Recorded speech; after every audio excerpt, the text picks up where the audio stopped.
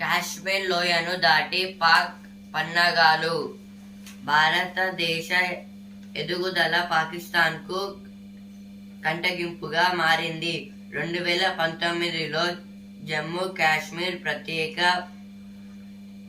ప్రతిపత్తి రద్దయ్యాక అక్కడ కేంద్రం ఆశించిన మార్పు వచ్చింది. పాక్ ప్రేరిత ఉగ్రవాదులకు మద్దతు తగ్గిపోయింది. దాంతో ఇస్లామాబాద్ తన దుష్టనేత్రాన్ని కాశ్మీర్ లోయతో పాటు ఇతర ప్రాంతాలపైన సారిస్తోంది.